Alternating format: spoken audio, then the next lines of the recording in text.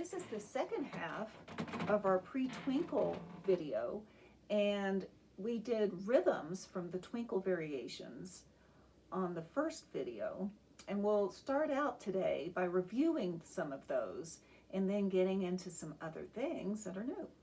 So my song is "Who's that tapping at my window? Who's that knocking at my door? Who's that tapping at my window? Who's that knocking at my door?"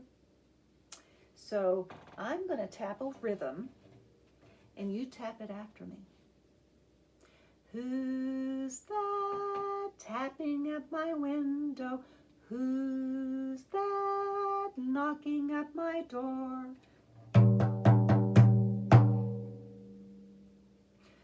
Who's that knocking at my window? Who's that knocking at my door?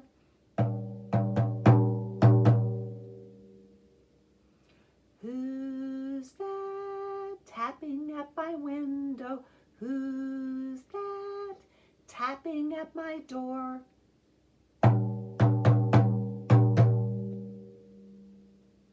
So this time, I'm going to tap a rhythm that you know, and you tap another rhythm that you know. Who's that tapping at my window? Who's that knocking at my door? Who's that tapping at my window? Who's that knocking at my door? Who's that tapping at my window?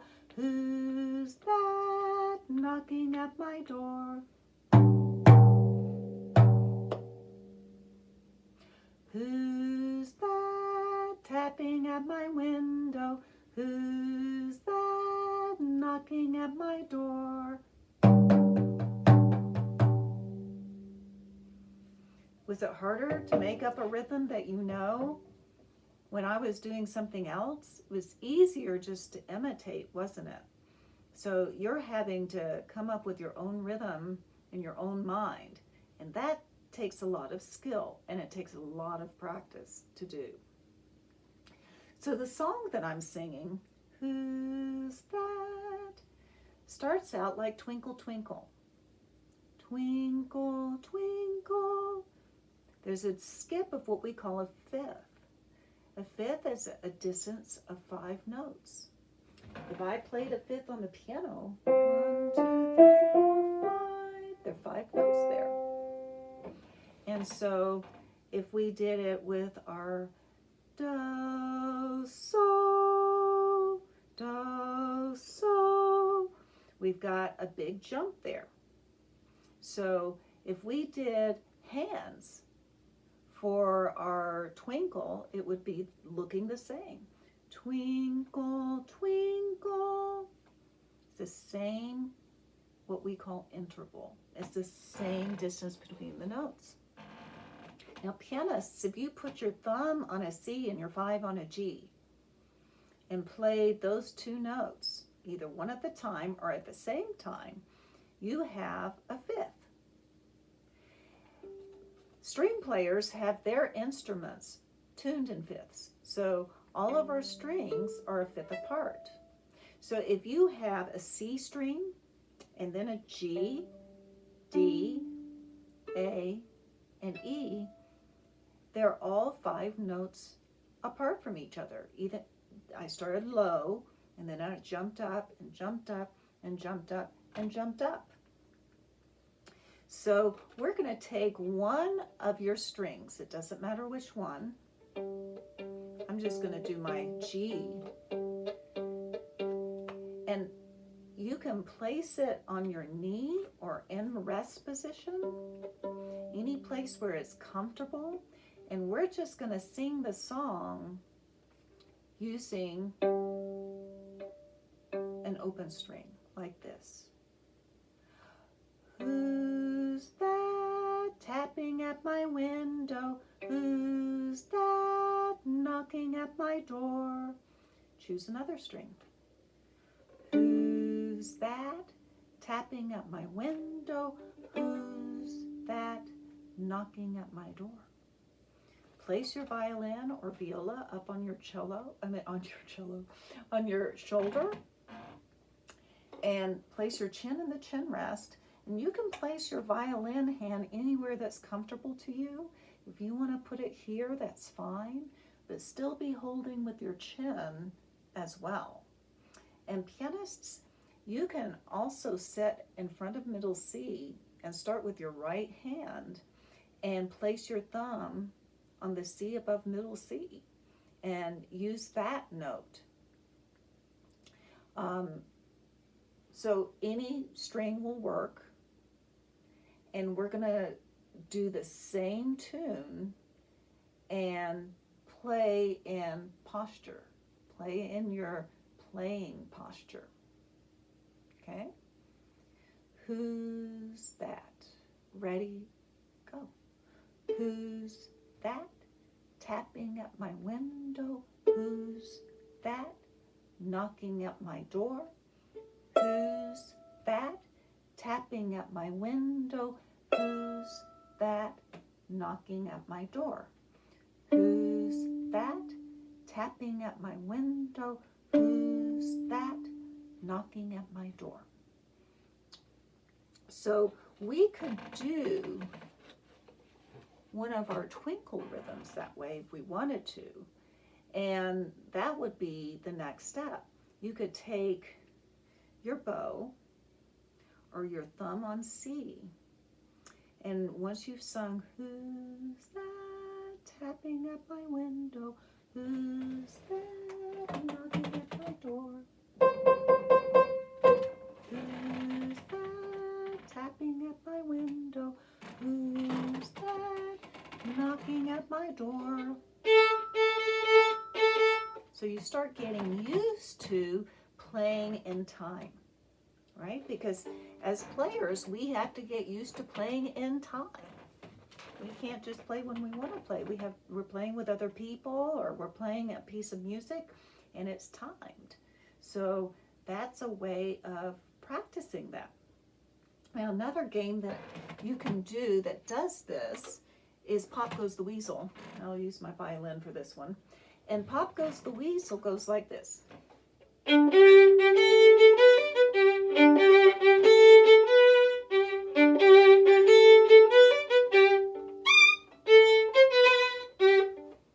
Have you heard it before? And you could start out by just jumping when you hear the pop. It's the high note. And when you hear the pop, you can jump.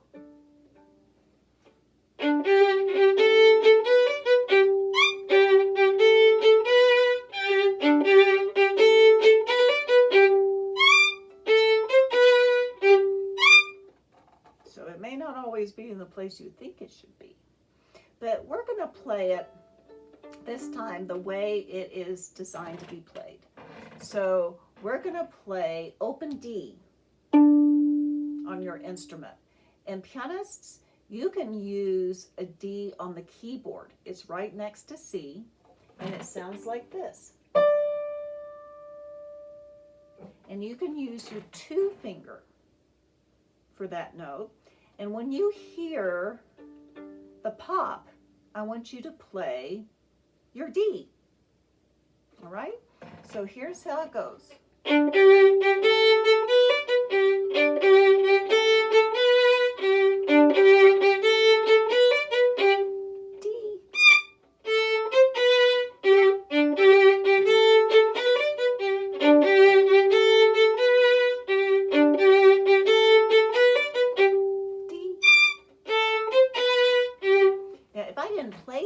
Would you know when to play it?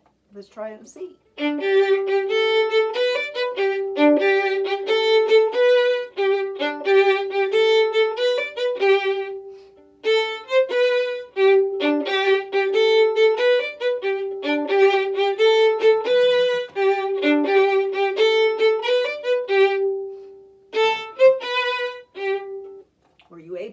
to know when to play? I bet you were. So you can do that as well, just to get started using your instrument on some of the pieces we've been doing in class, or that you've heard before, or that you've heard on your CD. So we're going to move on now and look at some things that I call pre-reading things. When you listen and play, you are playing by ear. And playing by ear is very important.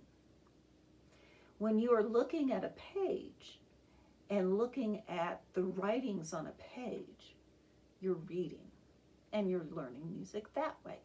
And both are important. And I like to start with the ear and get that really, really, really, really, really, really good before I start the reading. But we can still be learning things even though we're still developing the ear. So the first thing that I want to show you are my teddy bears. Let's see if I can put them where you can see them.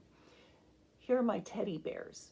And you can see that my teddy bears have letters on them. The first one has A, and then there's B, C, D, E, F, G, and what's that one? A. So the musical alphabet is kind of funny. It goes A, B, C, D, E, F, G.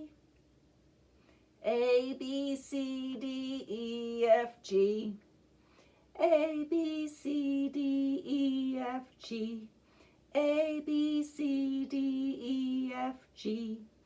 A, B, C, D, E, F, G.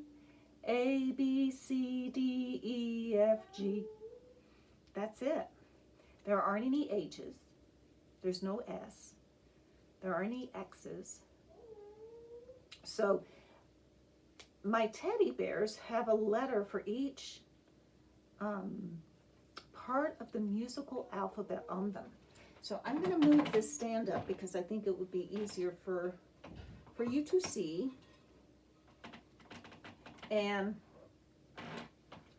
I'm going to put A, let's put it here, B, C, D, E, F, G, and if we had one more, it would be back to A. All right? So let's look at those a little bit more closely there. And let's just say the letters starting from here. A, B, C, D, E, F, G, A. Now if we did it with our song, it would be A, B, C, D, E, F, G, but wait, they all look the same, don't they? And that's kind of strange because if we were to put this the way we sing it, it would be A, B, C, D, E, F, G, wouldn't it? We wouldn't be putting everything on the same line. That's why when we do A, B, C, D, E, F, G, H, I, J, K, L, M, N, O, P, or if we were doing the musical alphabet, A, B, C, D, E, F, G, A, B, C, D, E, F, G. Our voices are going up and down a certain way. And so that is something called pitch. When we move our voices up and down, we're using pitch. We're making high and low sounds. So I have my students do this.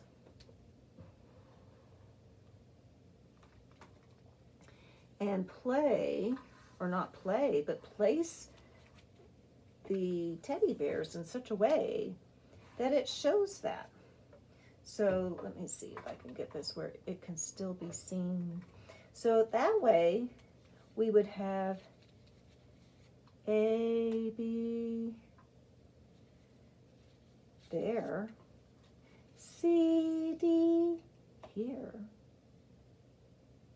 and that's not going to stay, but C, D, and then when we get to E, there's D, so it would be there, C, D, and then the next one would be E, F, and E, F would be a little higher. It would be up there. And then you would see what that looks like. So if I put these here, A, B, C,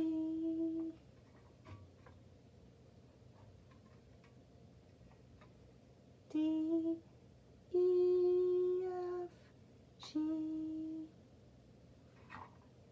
A, B, C, D, E, F, G. That would be our picture for Twinkle, where we have A, B, C, D, E, F, G, A, B, C, D, E, F, G. And if I wanted, I could actually use the lines and the spaces on this board and make those notes be in the right places. And I'm not going to do that today, but that would be the next step, is to then look at the 5 spaces and the 4 line of spaces and the 5 lines for the staff, and placing these are erasers, but placing something small enough that can be a space note or a line note, and putting it into the appropriate lines and spaces. And that's something that I have my students do. So you can actually do this. You can get your own board by writing 5 lines on there, and then you've got the 4 spaces in between, and you can put your own erasers or anything that you have, buttons, work, on those lines and spaces. So you start getting a feel for the alphabet, the musical alphabet, and the distances between the notes, and if they're high or if they're low. And that's a good starting measure. So that is a pre-reading thing. So why don't we end our class today with a song that will involve moving. So I need everyone, if you're not standing up already, to stand up. And since we looked at teddy bear letters, let's look at a teddy bear here. And we're going to do what the teddy bear asks us to do. So this is called Jingle Bear. Say hi to Jingle Bear. He's a little bit shy. But there's a song he really loves to sing. And it goes like this. Teddy bear, turn around. Teddy bear, touch the ground. Teddy bear, show your shoe. Teddy bear, that will do. Teddy bear, go upstairs. Teddy bear, say your prayers. Teddy bear, turn out the light. Teddy bear, say good night. Good night, and I hope you have a good rest of your day. Thank you.